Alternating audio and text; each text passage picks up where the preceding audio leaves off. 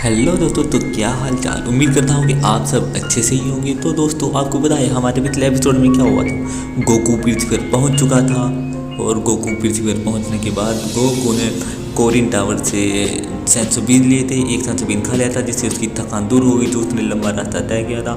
और फिर तभी हमें दिखाया जाता है कि जो अपना गोहान है, गोहान ने भी एक बहुत ही अच्छा शानदार अटैक किया था नापा के ऊपर, जिससे कि नापा बहुत दूर जाकर गिरा था। लेकिन नापा को बहुत ज़्यादा गुस्सा आ गया था और फिर नापा ने अटैक करने की कोशिश करी थी गोहान पर, जिससे कि वह किरिलिन बीच में आ गया था और किरिलिन ने उसे बहुत शानदार लात मारी थी, जिससे नापा दूर गिर गया था। और अब और जैसे ही वो किरिलिन को मारने वाला था तो पिकोलो उठ गया था। तो ऐसे ही इनकी फाइट चल रही थी और फिर नापा बहुत ज़्यादा गुस्से में आ जाता है और कहता है, मैं तुझे नहीं छोड़ूंगा पिद्दी कहीं के। और फिर वो ये कहकर गोहान पर हमला करने की कोशिश करता है और अपने हाथ से एक बहुत ही खतरनाक, अब तक की सबसे खतरनाक पावर बनाता है और गोहान के ऊपर मार देता है, जिससे गोहान बहुत ज़्यादा घबरा जाता है और वो कुछ भी नहीं कर पाता। वो एक छोटे बच्चे की तरह देखता रहता है और करता है, कोई बचा मुझे, यानी ऐसी उसकी फीलिंग होती है। फिर तभी हमें दिखाया जाता है जो पिकोलो है, पिकोलो को याद आता है कि वो कैसे उसे लाया था और किस तरह से उसने उसे पाला है, किस तरह वो उसे फल देता था यानी सेब देता था और किस तरीके से उसने उसे ट्रेनिंग दी है। और तभी वो ये सब याद करता होता है और अचानक उसका शरीर हिलने लगता है और वो भागने लगता है और जाकर वो गोहान के सामने खड़ा हो जाता है, जिससे कि वो पावर जो उसने गोहान को मारी थी वो सारी पिकोलो को लग जाती है। और इतना खतरनाक अटैक जब सिर्फ एक बंदे को लगता है, वो भी सामने से।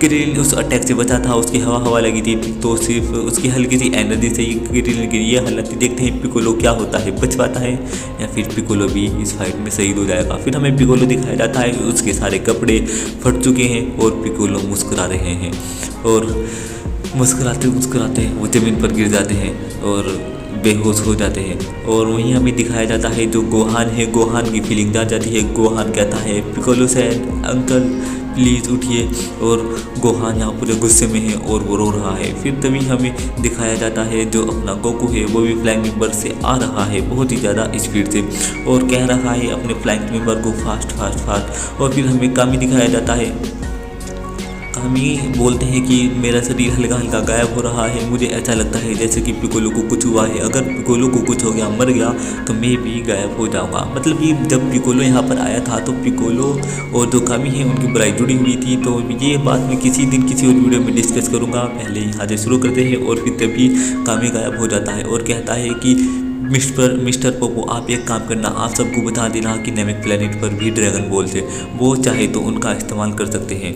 और फिर तभी हमें गोहान दिखाया जाता है, गोहान की याद आते हैं वो पुराने दिन और गोहान कहता है, अंकल पिकोलो प्लीज़ मुझे छोड़कर मत जाइए। फिर हमें पिकोलो दिखाया जाता है और पिकोलो भी उससे कुछ बात करता हुआ होता है और कहता है कि गोहान, मैंने तुम पर बहुत जागती की और तुम बहुत बदल गए हो। जिस दिन से मैं तुम्हें यहाँ लाया था तुम बहुत डरपोक थे और अब तुम बहुत बहादुर बन गए हो।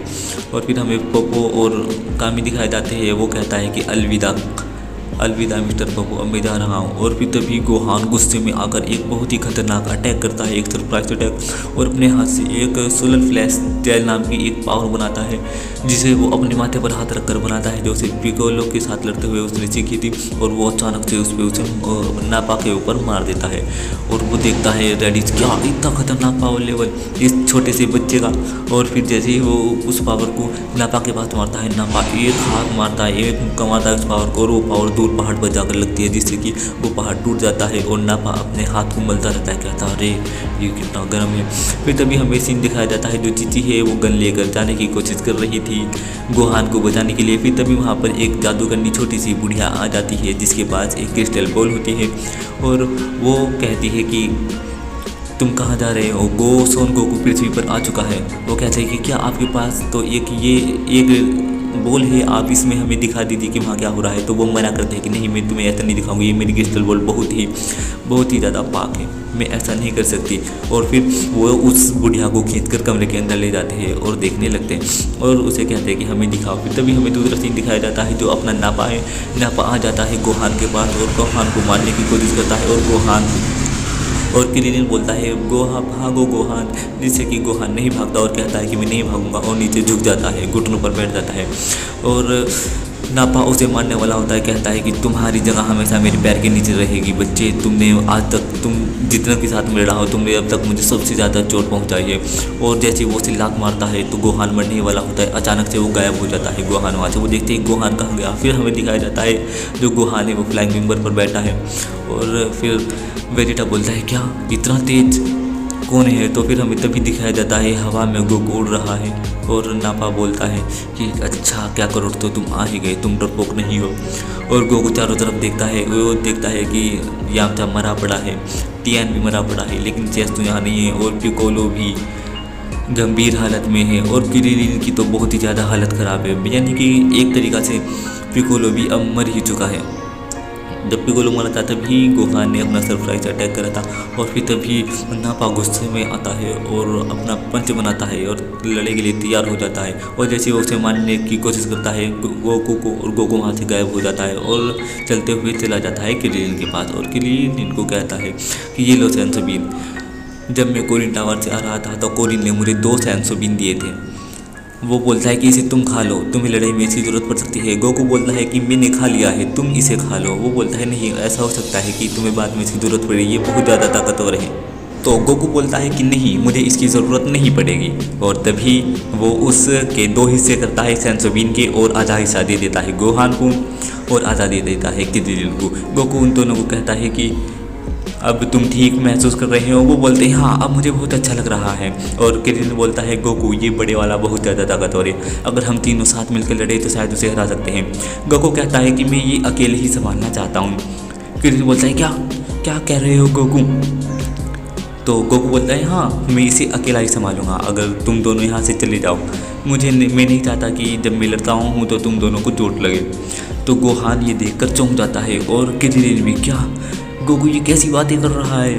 और तभी अपना जो गोकू है वो लड़ाई के लिए तैयार हो गया है और वो जा रहा है नापा से लड़ने। क्या वो नापा को अकेले ही हरा देगा? क्या उसे मदद लेनी चाहिए थी इन दोनों की, यानी कि गोहान की और क्रिलिन की, या फिर गोकू उन दोनों को अकेला संभाल लेगा, या फिर वो दोनों के साथ लड़ता हुआ गोकू फिर से मर जाएगा। तो यही देखते हुए हमें दूसरा सीन दिखाया जाता है जहाँ पर हमें बुलमाहर दिखाए जाते हैं, बिल्मा, चीची, मास्टर रोशी। तो क्रिस्टल बोल्ट में दिख रहे हैं कि गोकू खड़ा हुआ है नापा के साथ लड़ने के लिए बिल्कुल सही सलामत। और चीची उसे देखकर बहुत खुश होती है, ये गोकू तुम वापस आ गए। और तभी हमें मास्टर रोशी भी दिखाए जाते हैं, वो भी खुश लग रहे हैं और बुल्मा भी खुश हो रही है कि अब गोकू आ गया है। लेकिन उसे भी डर है कि क्या गोकू उसे हरा देगा, क्योंकि उसके साथ लड़ते हुए हमारे 4 योद्धा पहले ही जा चुके हैं, जैसे कि टीएन हो गया, अपना यामचा हो गया, चियासू ने भी सेक्रीफाइस कर दिया और पिकोलो भी गोहान को बचाते हुए मर चुका है। और फिर तभी हमें दिखाया जाता है कि गोकू अपनी एनर्जी बाहर निकालता है और अपना गुस्सा बढ़ाता है, जिससे कि ज़मीन पर पड़े हुए पत्थर हवा में उड़ने लगते हैं और जिससे नापा चौंक जाता है और क्रिलिन और गोहान भी चौंक जाते हैं। वो बहुत दूर एक पहाड़ के पास खड़े हैं और वो देख कर चौंक जाते हैं कि क्या इतनी बेमिसाल ताकत, गोकू सच में तुम कमाल के हो।